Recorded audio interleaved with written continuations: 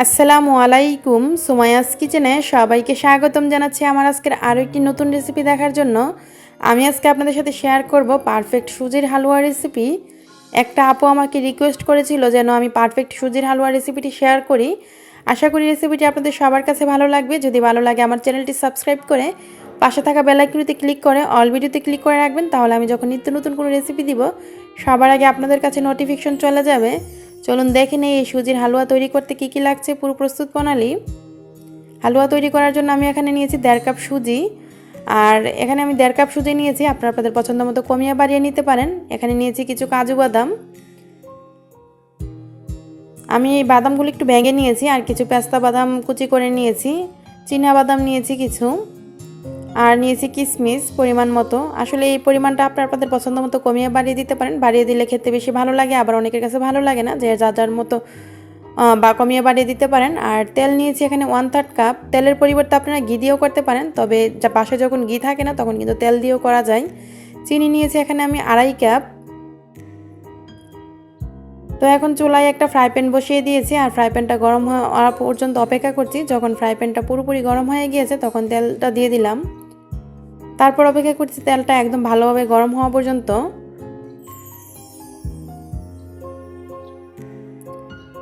তারপর আমি প্রথমে বাদাম আর কিশমিশটা ভেজে নিচ্ছি, আর এইটা কিন্তু বেশি সময় ধরে ভাজার দরকার নাই, 30 সেকেন্ড ভেজে নিলে হবে। চুলার আঁচটা মিডিয়াম আঁচে রেখে আমি ভেজে নিচ্ছি, আর হাইটে রেখে কিন্তু বাদাম কিশমিশ ভাজতে যাবেন না।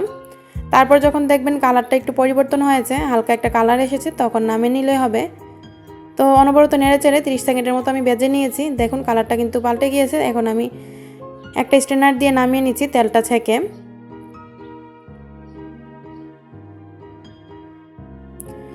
এই যে দেখুন এরকম কালার হলেই নামিয়ে নিতে হবে।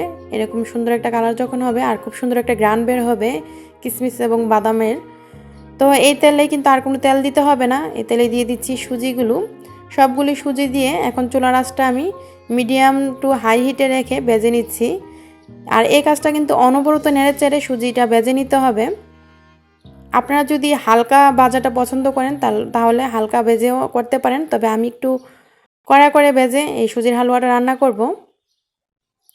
তো এইভাবে অনবরত নেড়ে চেড়ে আমি সুজিটা ভেজে নিচ্ছি প্রায় 10 মিনিটের মতো। চুলার আঁচটা মিডিয়াম হাই হিটে 2 মিনিট রেখে তারপর মিডিয়াম আঁচে করে দিয়েছি।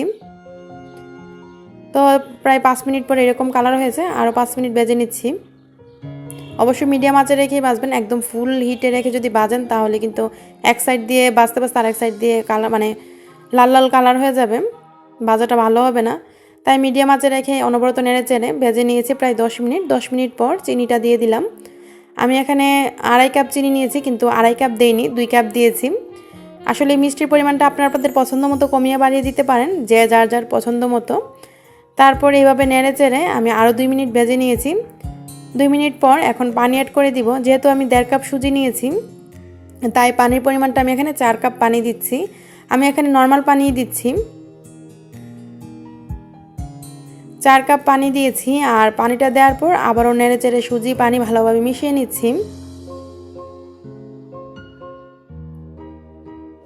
তারপর দিয়ে দিচ্ছি এখানে সামান্য লবণ। লবণটা অপশনাল, আপনারা চাইলে দিতে পারেন, না দিলেও সমস্যা নেই, কিন্তু লবণটা দিলে এই সুজির হালুয়াটা খেতে ভালো লাগে। অনেকে আবার দেয় না, কিন্তু দিলে কিন্তু অনেক বেশি ভালো লাগে আমার কাছে, তাই আমি দিয়েছি। তো লবণটা দেওয়ার পর নেড়ে চেড়ে মিশিয়ে নিয়ে ঢাকনা দিয়ে রেখে দিলাম। বলক আসা পর্যন্ত অপেক্ষা করছি। তো কিছুক্ষণ পর দেখবেন বলক চলে এসেছে, আর বলকটা আসার পর দেখবেন সুজিটা একটু ফুলে এসেছে। তখন আর ডাকতে হবে না, ঢাকনাটা আমি সরিয়ে দিলাম। আর চুলার আঁচটা এখন ফুল আঁচে ছিল এতক্ষণ, তো ফুল আঁচে রাখার পর এখন আমি চুলার আঁচটা যখন এরকম বুদবুদ করে বলক চলে এসেছে তখন মিডিয়াম আঁচে করে এভাবে একটু পরপর নেড়ে দিচ্ছি, আর অপেক্ষা করছি সিদ্ধ হওয়া পর্যন্ত সুজিটা ভালো করে। তো এইভাবে একটু পরপর নেড়ে দিচ্ছি। নাড়তে নাড়তে যখন দেখবেন একদম ঘন হয়ে এসেছে এরকম, তখন চুলার আঁচটা কিন্তু অবশ্যই মিডিয়াম আঁচে রাখবেন, মিডিয়াম হাই হিটে রাখবেন না। তো মিডিয়াম আঁচে রেখে আবারও নেড়ে চেড়ে দিচ্ছি, আর এইভাবে অনবরত নেড়ে চেড়ে দিতে হবে এই সময়। তারপর আমি বাদাম আর কিশমিশগুলো দিয়ে দিচ্ছি, ভাজা বাদাম আর ভাজা কিশমিশগুলো সবগুলো দিয়ে এখন আবারও নেড়ে চেড়ে দিচ্ছি। তো এভাবে অনবরত নেড়ে চেড়ে দিতে হবে। এভাবে নেড়ে চেড়ে আরও 10 মিনিট অপেক্ষা করছি। চুলার আঁচটা যেহেতু মিডিয়াম আঁচে আছে তাই বই নাই নিচে দিয়ে পুড়ে লাগার, যেহেতু আমি অনবরত নেড়ে চেড়ে নিচ্ছি। তো এইভাবে নেড়ে চেড়ে 10 মিনিট আমি অপেক্ষা করছি। আর এই সুজির হালুয়াটা কিন্তু ঠান্ডা হলে এইরকমই থাকবে। আমার ভাজাটা যেহেতু আমি একটু কড়া করে ভেজেছি, এটা কিন্তু আর এর চেয়ে বেশি শক্ত হবে না। তো এইভাবে প্রায় 10 মিনিট আমি রেখেছি চুলায় মিডিয়াম আছে অনবরত নেড়ে চেড়ে। তো এখন কিন্তু আমার এই সুজির হালুয়াটা হয়ে গিয়েছে। যখন ঠিক এই পর্যায়ে চলে আসবে তখন চুলাটা আমি অফ করে দিয়েছি। আপনারাও চুলাটা এই পর্যায়ে অফ করে দিবেন। আবার এর চেয়ে বেশি যদি শুকনা খেতে চান তো আপনারা চুলার আঁচটা মিডিয়াম আঁচে রেখে আরও 2-3 মিনিট রাখতে পারেন। তো চুলা থেকে নামানোর প্রায় 5 মিনিট পর এই যে দেখুন এখনও কিন্তু ঠিক একই রকম আছে। এখন একটা বাটিতে আমি তুলে নিচ্ছি। আর নিশ্চয়ই সুজির হালুয়াটা দেখেই বুঝতে পারছেন। আমাকে কিন্তু একটা আপু রিকোয়েস্ট করেছিল যাতে আমি এই সুজির হালুয়াটা দেখাই। তো আমি কিন্তু পারফেক্ট সুজির হালুয়া রেসিপিটি আপনাদের সাথে শেয়ার করেছি। আশা করি রেসিপিটি আপনাদের কাছে ভালো লেগেছে। আর এই সুজির হালুয়াটা নিশ্চয়ই দেখেই বুঝতে পারছেন কতটা লোভনীয় হয়েছে, খেতে কিন্তু ভীষণ মজার হয়েছে। এই সুজির হালুয়াটার সাথে রুটি পরোটার সাথে কিন্তু এই সুজির হালুয়া খেতে ভীষণ মজা লাগে। আপনারা তেলের পরিবর্তে ঘি দিয়েও করতে পারেন, ঘি দিয়ে করলে তো আরও বেশি মজার হয়। তবে আমি তেল দিয়ে করে দেখিয়েছি, যাতে অনেক সময় বাসায় ঘি থাকে না, ঘিয়ের পরিবর্তে তেল দিয়েও যাতে করতে পারেন। তবে আমার কাছে তেল দিয়েও খেতে ভীষণ ভালো লাগে সুজির হালুয়া। আপনারা অবশ্যই ট্রাই করবেন। আপনাদের কাছেও আমার এই সুজির হালুয়ার রেসিপিটি অবশ্যই ভালো লাগবে।